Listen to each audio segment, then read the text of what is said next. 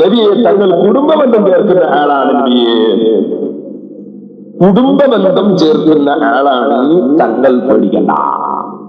ഞാൻ ഈ ഉറച്ച ഒരു വസിയ്യത്ത് ചെറിയ ഒരു സദസ്സാണെങ്കിലും ഈ സദസ്സിലുള്ള എല്ലാ മുഅ്മിനീങ്ങളോടും മുഅ്മിനാത്തുകളോടും ഓർമ്മപ്പെടുത്തുന്നു, കുടുംബബന്ധം ചേർത്തുകൊണ്ട് മാത്രമേ നാം നമ്മുടെ ജീവിതം മുമ്പോട്ട് കൊണ്ടുപോകാൻ പാടുള്ളൂ. കുടുംബബന്ധം ചേർക്കുന്ന ആളാണ് നബിയെ തങ്ങൾ. അത് വളരെ വളരെ പ്രധാനപ്പെട്ട ഒരു വിഷയമാണ്. ഇപ്പൊ ചില സ്ഥലത്തൊക്കെ ചെന്ന് നോക്കിയാൽ ആളുകൾ ചിലരിങ്ങനെ പറയും, ഉസ്താദെ ഞാൻ 4 കൊല്ലായി എന്റെ അമ്മാവന്റെ പുറത്ത് കയറാത്തത്, വലിയ ബഹുമാനായിട്ട് പറയാൻ കഴിയാൻ. ഞാൻ 3 കൊല്ലായിട്ട് ഉമ്മാന്റെ അനുജയിച്ചു ഉണ്ടാത്തത്, വലിയ ബഹുമാനായിട്ട് പറയാണ്. ഇവന്റെ വിചാരണ ഇവൻ വലിയ മഹാനാണെന്നാ എന്ന് പറഞ്ഞാൽ 4 കൊല്ലമായി എന്റെ അമൽ അള്ളാഹ് സ്വീകരിക്കാത്തത് എന്നാ പറഞ്ഞതിന്റെ മേന. 4 കൊല്ലമായി അള്ളാഹുന്റെ ദോഷം പുറത്തു തരാത്തതെന്നാ പറഞ്ഞതിന്റെ മേന. കാരണം കുടുംബബന്ധം മുറിക്കുന്നവന്റെ ദോഷം അള്ളാഹു പുറത്തു കൊടുക്കുന്നതല്ല, അതുപോലെ തന്നെ കുടുംബബന്ധം മുറിക്കുന്ന ആളുകളുടെ അമലുകൾ അള്ളാഹു സ്വീകരിക്കുന്നതല്ല. വളരെ ഗൗരവമുള്ള ഒരു വിഷയമാണ്. ഇപ്പൊ നിങ്ങൾ കണ്ടോ, എല്ലാവരും പൈസ ഇല്ലാത്തതുകൊണ്ട് പട്ടിണി വരുത്തുന്ന മനുഷ്യന്മാരും ലോകത്തിൽ ഇല്ലെന്ന് പറഞ്ഞാൽ തെറ്റായിപ്പോട്ടെ. നമ്മളെ നാട്ടിലൊന്നും ഇല്ലാന്ന് പറയാൻ അത്രയും പൈസയും പണമൊക്കെ എല്ലാവരും ഉണ്ട്, പക്ഷെ തിന്നാൻ ഭാഗ്യം കുറവാണ്. വലിയ വലിയ പണക്കാര് വലിയ ഹോട്ടലിൽ കയറിയിട്ട് എയർ കണ്ടീഷൻ റൂമിൽ പോയി ഇരുന്ന് എന്നിട്ട് ഈ സപ്ലൈ വന്നിട്ട് എന്താ വേണ്ടതെന്ന് ചോദിക്കും. ആദ്യം തന്നെ പറയും പഞ്ചസാര ഇല്ലാത്ത ചായ. തിന്നാൻ ബാക്കിയില്ല, പൈസ മധുരട്ട് കുടിക്കാനുള്ള ബാക്കിയില്ല, പഞ്ചസാര ഇല്ലാത്ത ചായ. ഹോട്ടലിൽ കയറി ഭക്ഷണത്തിൽ കൊഴുപ്പില്ലാത്ത സാധനം, നല്ല ഒന്നും തിന്നാനുള്ള ഭാഗ്യം മനുഷ്യന്മാർക്കില്ല. പൈസ ധാരാളം കൊണ്ടുള്ളത് ഇന്നത്തെ ലോകം അങ്ങനെയാണ്. മറ്റൊന്ന്, പഴയ കാലത്തൊക്കെ പള്ളി അതുപോലെ വയറിന്റെ വലിയ കിട്ടുന്ന ഒരുപാട് വേഷന്മാരെ കാണാം. ഇപ്പൊ വേഷന്മാരെ കാണുന്നില്ല. ആളുകൾക്ക് ആയുസ് പറഞ്ഞുകൊണ്ടിരിക്കുകയാണ് തോന്നുന്നു. വലിയ വലിയ വേഷന്മാരിപ്പോ വളരെ കുറച്ചായി കാണുന്നു. സദസ്സുകളിലൊക്കെ വേഷന്മാർ ധാരാളം മുമ്പ് കാണാറുണ്ട്, ഇപ്പൊ വളരെ കുറവാണ്. വേഷന്മാരെ കാണുന്നില്ല. കുറെ ആളുകൾ വയസ്സാകുന്നതിന് മുമ്പ് തന്നെ മരണപ്പെട്ടു പോകുന്നു, ചിലപ്പോൾ രോഗത്തിൽ കുടുങ്ങി പോകുന്നു. ഇനി മരിച്ച ആളുകളെ ഇരുന്ന് കച്ചേറ്റി കൊല്ലുന്നു ചെല്ലും. അങ്ങനെ മനുഷ്യന്മാർ പെട്ടെന്ന് മരിച്ചു പോകുന്ന ഒരു കാലഘട്ടം. എന്നാൽ ഇമാം ബുഖാരി റളിയല്ലാഹു അൻഹു റിപ്പോർട്ട് ചെയ്യുന്ന ഹദീസിൽ നബി സല്ലല്ലാഹു അലൈഹി വസല്ലം തങ്ങൾ മനുഷ്യന് ഭക്ഷണത്തിൽ വിശാലത കിട്ടാനും അതുപോലെ ആയുസ് നീട്ടിക്കിട്ടാനും ഒരു ചികിത്സ പറയും. അത് വേണ്ടാത്ത ആരും ഉണ്ടാവില്ലല്ലോ.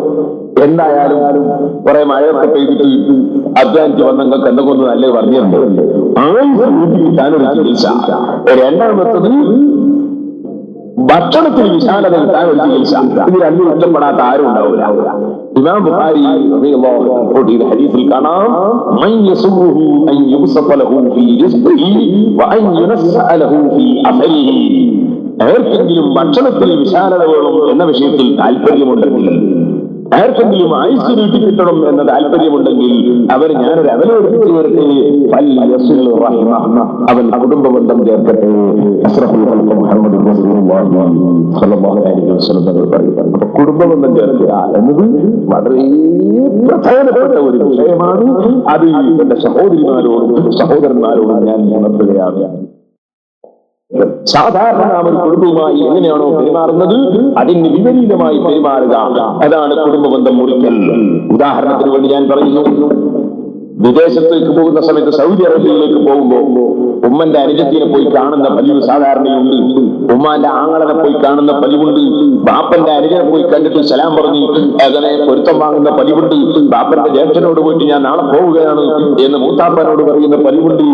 ആ പതിവിന് വിപരീതമായി നീ അവരെ വീട്ടിൽ കയറാതെ വിദേശത്തേക്ക് പോയാൽ അത് കുടുംബബന്ധം മുറിക്കലാണ്. സാധാരണ ചെയ്യുന്നതിനെതിരെ ചെയ്യരുത്.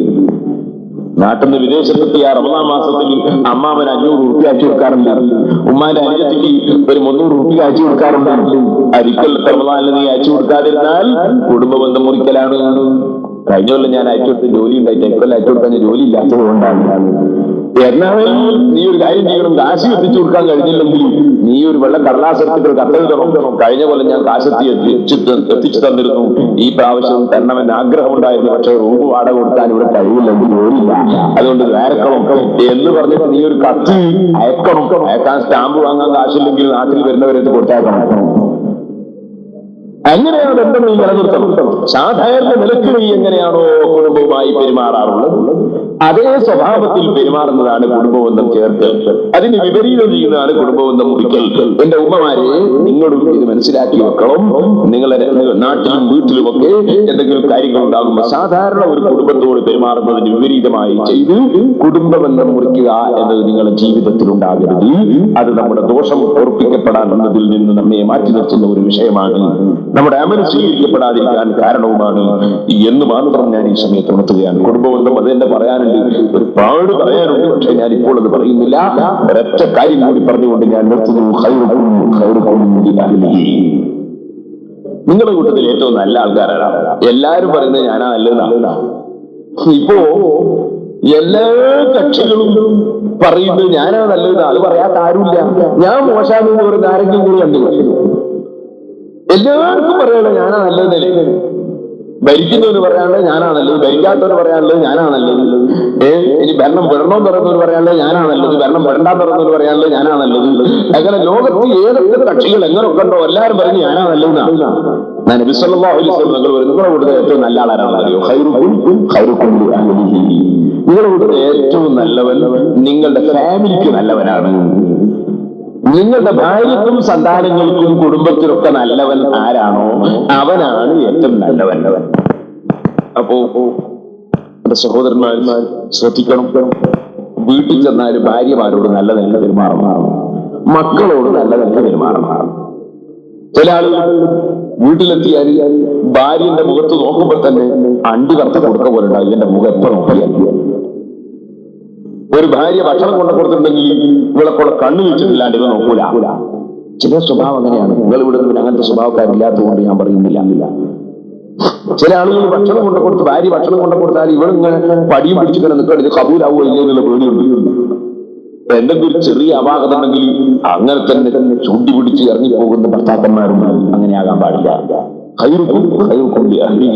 നിങ്ങളുടെ കുടുംബത്തിന് ഏറ്റവും ഹൈറായവരാരോ അവരാണ് അല്ലാഹുവിൽ ഹൈറായവൻ. നബി സല്ലല്ലാഹു അലൈഹി വസല്ലം തങ്ങൾ പറയുന്നത്. വേറെ ചിലർ ഭാര്യ വീട്ടുകാരോട് പക തീർക്കാൻ നടക്കുന്ന ചില ആളുകൾ, നിങ്ങളിവിടെ പിന്നെ അതില്ലാന്നായിട്ട് തോന്നുന്നു. ഞങ്ങൾ